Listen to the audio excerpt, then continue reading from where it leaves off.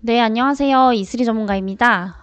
네, 오늘도 간단하게 시황 체크 한번 해보도록 하겠고요. 막간에 또 저희 프로그램에서 뽑아낸 종목군들 몇 가지 엄선해서 좀 브리핑을 드려보도록 하겠습니다.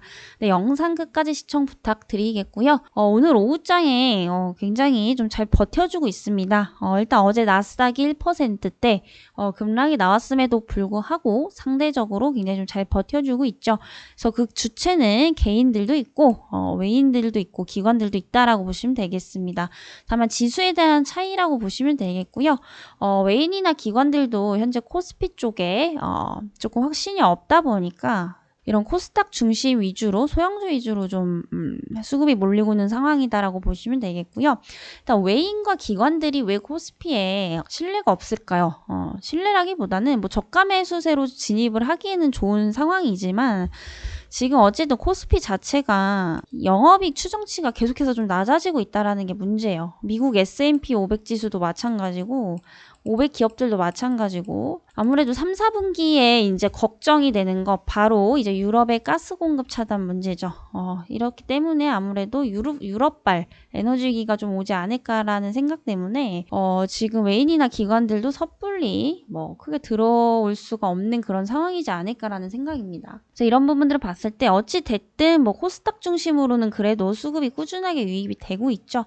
그래서 이전 영상부터 지속적으로 말씀드렸지만 코스닥 수급 들어올 수밖에 없다라고 말씀드렸죠. 지금 같은 시장은 아무거나 사서 중장기적으로 보는 것이 아니라 개별 종목 위주로 좀 보셔야 된다라고 분명히 말씀드렸습니다. 특히 뭐 전기차, 에너지 관련주들, 그리고 인플레이션 감축 법안 관련주들, 신재생 에너지 관련주들 이런 종목군들 위주로 수급 순환매가 돌 것이다. 오늘도 별반 다르지 않죠. 최근에 배터리 관련주들, 전기차 관련주들 지속적으로 상승을 하고 있습니다. 이렇기 때문에 지금은 아무거나 사는 시장이 아니라 선택을 잘해야 되는 시장이다라는 거고요. 일단 하반기까지 이런 시장이 좀 이어질 가능성이 굉장히 좀 높습니다. 그 이유는 바로 이제 가스 지수와 코스피 추이에 대한 부분들을 보시면 되는데 이 주황선이 코스피고요. K라고 하겠습니다. 그리고 이게 이제 가스에 대한 가격표인데 반대이죠. 지금 가스값이 어떻죠? 굉장히 많이 상승을 하고 있습니다. 엄청나게 오르고 있는데 그에 반해서 지수는 반대로 갑니다. 그리고 역으로 가스값이 하락을 하게 되면은 항상 지수는 올랐습니다. 이렇게 지금 역의 관계로 좀 가고 있다라는 거예요. 그래서 이런 부분들을 봤을 때 연말에도 이 가스 공급에 대한 부족 현상은 좀 지속적으로 이어질 가능성이 높다라는 겁니다. 왜냐하면 결국에 이 원인이 어디 있느냐? 러시아죠. 러시아에서 지금 유럽향 가스 공급을 차단한 지가 벌써 이제 수개월째인데 이게 지금 노드스트림까지 아예 다 막아버렸어요. 그래서 무기한 우리는 중지를 하겠다라고 얘기를 하는 상황이고 이게 뭐 중간에 풀 수도 있겠죠. 어느 정도 뭐 전쟁이 종식이 되고 또 국가 간의 협력이 있다면 얼마든지 이제 또 풀 수는 있겠지만은 현재 분위기로 본다면은 단기적으로 좀 힘들지 않을까 싶어요. 지금 전쟁이 생각보다 길어지고 있는 것도 사실이고 유럽이나 미국에서도 여전히 러시아에 대한 제재를 지속적으로 가하고 있기 때문에 러시아에서도 이걸 풀 이유가 없습니다. 보복 대응을 하고 있는 거죠. 그래서 이런 추세들을 본다면 연말까지 지속적으로 가격이 상승할 가능성이 높다라는 거고 이에 따라서 코스피 지수는 지지부진하거나 조금은 하락 추세로 또 가지 않을까라는 생각을 조심스럽게 좀 해보도록 하겠습니다. 물론 이게 이제 끝나서 가스값이 무조건 저는 떨어져야 된다고 생각을 해요. 지금 결국에 이제 지수를 조금 하락시키고 있는 이유들, 장기적으로 하락을 시키고 있는 이유가 결국에 인플레이션, 물가 때문인데 이 물가에 기름을 들이부은 게 이제 러시아죠. 결국에 이게 반대로 갈 수밖에 없다라는 겁니다. 그래서 이런 부분들을 봤을 때 코스피가 다시금 치고 올라가려면 이 파란색 선인 가스값이 내려가야 된다라는 겁니다. 그래서 이런 부분들 좀 중점적으로 참고해서 좀 보시면 좋을 것 같다라는 말씀 좀 드려보도록 하겠습니다. 뭐 이 원인에 대해서 마지막으로 말씀드리자면 왜 역외관계이냐? 바로 지금 시장에 대한 주요 원인이 이제 물가와 에너지 가격 문제 때문에 이 지경까지 왔다라는 것 때문이죠. 그래서 지금 역외관계로 굉장히 좀 민감하게 반응을 하고 있다라고 보시면 될 것 같습니다. 그래서 어쨌든 유럽에서 물량을 잡든 가격 조정을 어떻게든 좀 어떻게 하냐에 따라서 방향성이 좀 갈릴 것으로 예상이 되고 있고요. 이번 달 9일 정도에 아무래도 그 유럽에서 또 이제 대책 회의를 할 것으로 보입니다. 추가적으로 여기 이제 방향성에 대한 부분들도 나오기 때문에 이제 금요일에 조금 집중해서 봐주시면 좋을 것 같고요. 휴일이긴 하지만 못 보시는 분들을 위해서 다음 주에 그 내용을 가지고 또 영상을 올려드리도록 하겠습니다. 어찌 됐든 이런 상황에서도 항상 상승하는 종목은 있기 마련이죠. 주도 업종은 항상 있습니다. 그래서 오늘 저희 프로그램에서는 어떤 종목들이 또 상위 랭크가 되었는지 같이 한번 체크를 해보도록 하겠습니다. 네, 첫 번째는 이제 나노인텍 3기 임팩 이렇게 좀 보도록 하겠습니다. 일단 3기랑 임팩부터 묶어서 말씀드릴게요. 같은 맥락에서 좀 보시면 되겠고요. 일단 사업을 영위하는 거는 좀 다르지만 오늘 이제 올라가는 이슈가 같은 이슈로 올라간다라는 점에서 묶어서 보시면 될 것 같습니다. 그리고 굳이 대장주를 정하자면 첫 번째는 3기고요. 오늘 20% 이상 급등을 합니다. 그리고 약간 후발주자 2등주 개념이에요. 임팩이. 보시면 3기 같은 경우에는 24% 5% 올라가고 있고 그 다음으로 임팩이 이제 따라가는 정도라고 보시면 될 것 같습니다. 그럼 오늘 왜 오르냐? 둘 다 자동차 이제 부품 관련주라고 보시면 될 것 같고요. 그 이제 3기 같은 경우에는 포르쉐와 그 최근에 이제 배터리 계약을 또 체결을 했습니다. 공급 계약을 체결을 한 상황인데 지금 이제 포르쉐에 대한 기업 공개에 대한 기대감들이 굉장히 좀 가시화가 되고 있죠. 즉 이제 상장을 한다는 얘기입니다. 근데 지금 이게 일각에서 얘기를 하는 거는 최대 이제 기업 가치로는 160조 원 정도 본다라고 해요. 어마어마하죠.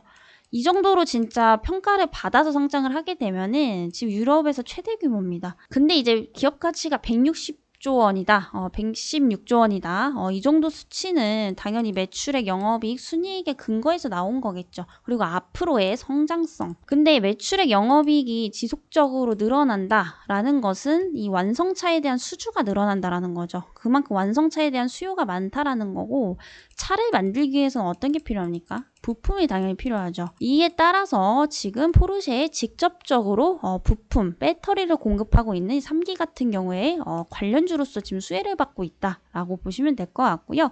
임팩도 같은 맥락입니다. 포르쉐 쪽에 이제 밸브를 공급을 하고 있기 때문에 얘도 관련주로서 좀 보시면 될 것 같고요.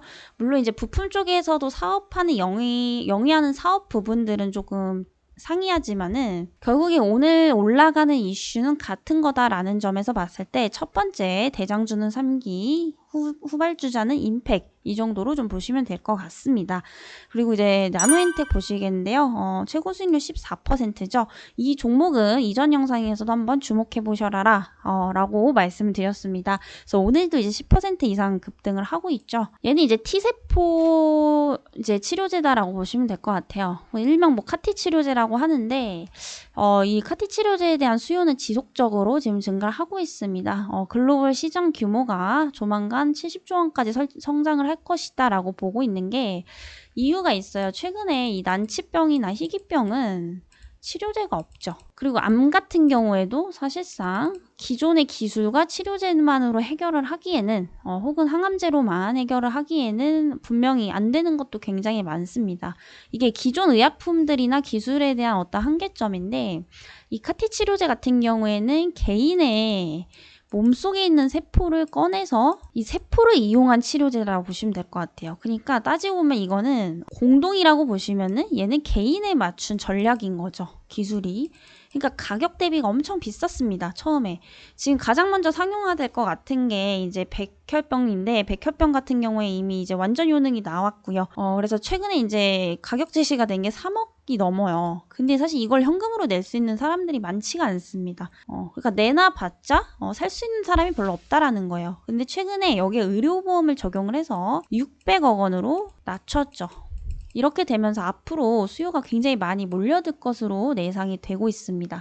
이제 나노인텍 같은 경우에는 백혈병은 아니고요. 혈액암 카티 치료제를 또 이제 효능을 입증을 했습니다. 이제 혈액암 이제 카티 치료제에 대한 효능을 입증을 한 상황이고요. 그리고 혈액암 같은 경우에 사실 생존율은 높다고 해요. 암 중에. 근데 이제 문제는 뭐냐면은 재발률이 80% 이상입니다. 이렇게 되면 어떻게 해야 되느냐? 병원비에 대한 부담이 굉장히 좀 많이 생기겠죠. 이에 따라서 완전 치료를 할 수 있는 이 카티 치료제에 대한 수요가 늘어날 가능성이 굉장히 좀 높다라는 겁니다. 그리고 혈액암 같은 경우에도 암 중에서 흔하지 않기 때문에 암 중에서도 약간 난치병으로 좀 볼 수가 있겠죠. 그래서 이런 부분들에 대한 수요를 좀 본다면은 충분히 이제 성장 가능한 시장이고 또 그 효능까지 입증을 했기 때문에 상용화 시에 엄청난 매출과 영업이익에 대한 성장을 좀 기대를 해볼 수가 있다. 이렇게 좀 보시면 될 것 같습니다. 그래서 국내만 해도 이제 난치병 환자 수가 50만 명이죠. 여기다 의료보험까지 혜택이 적용이 된다면은 그 중에서 이제 반만 이용을 한다고 하더라도 엄청난 성장을 이룰 수 있을 것으로 예상이 되고 있습니다. 특히 이제 카티 치료제 같은 경우에는 혈액암뿐만이 아니라 굉장히 다양한 암들 그리고 다양한 병에 적용을 시킬 수가 있기 때문에 사업 다변화할 수 있는 그 영역이 굉장히 크다라는 점에서 성장성을 보고 충분히 주목을 해볼 만하다라고 보여지고 있습니다. 뭐 이에 따라서 최근에 앱클론이라든지 관련주들이 굉장히 좀 많이 상승을 했죠. 그래서 나노엔텍도 그 중에 하나이기 때문에 관심 있게 좀 주목을 해보시면 좋을 것 같습니다. 그래서 오늘은 나노엔텍, 3기, 임팩 이렇게 세 가지 종목 말씀을 드려봤고요. 오늘 이렇게 뭐 시장이 그냥 조정 정도라 보시면 약상승이죠. 예, 약상승 시장에서도 굉장히 많이 크게 상승하는 종목군들을 여러 종목 또 포착을 했습니다. 그래서 오늘은 이렇게 첫 번째 코로나19 관련주들, 크래프톤 관련주들 굉장히 많은 테마 속에서도 많은 종목들이 나왔고요. 오늘 이렇게 소개해드린 세 가지 종목 계속해서 좀 주목을 해보시면 좋을 것 같습니다. 네, 이렇게 매일 상승하는 종목을 포착해주는 이 프로그램이 궁금하신 분들은 아랫번호로 프로그램 문의라고 남겨주시고요. 네, 저는 또 다음 시간에 뵙도록 하겠습니다.